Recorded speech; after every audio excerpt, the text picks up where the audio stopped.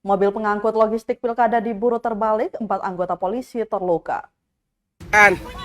Satu unit mobil pengangkut logistik pilkada terbalik di Jalan Nipa Desa Persiapan Waigarahi, Desa Waireman, Kecamatan Penaleisela, Kabupaten Buru, Senin 25 November 2024.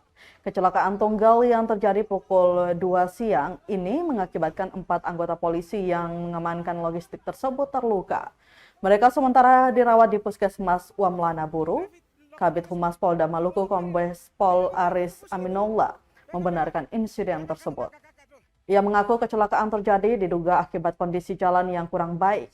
Jalan licin dan berbatu karena belum beraspal, ditambah turunnya hujan lebat. Kombes Aris menjelaskan mobil pengangkut logistik dan personil pengamanan bergerak dari kantor PPK hendak menuju desa Waimite.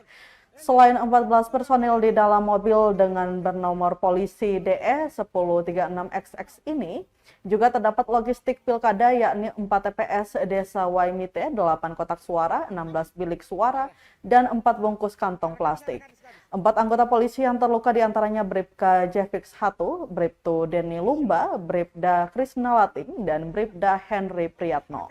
Sementara 4 personil lainnya selamat, yakni Aibda Hakim Tuharea, Aibda Riyadi Mulaisin, Bribka Michael Tempati, dan Bribka Laode Dedi.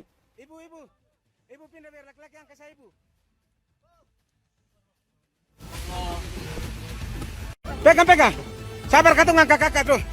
Angkat papa. Sabar, Pak, sabar. Katung ke pindah ini doh. Dukung untuk ke sini doh. Coba lihat dulu, lihat. Lihat kataran lagi sih. Coba hitung teman-teman. Dokumen tuh angkat doh, Papul. Ini. Angkat doh. Baru katung dorong otot itu ke sini.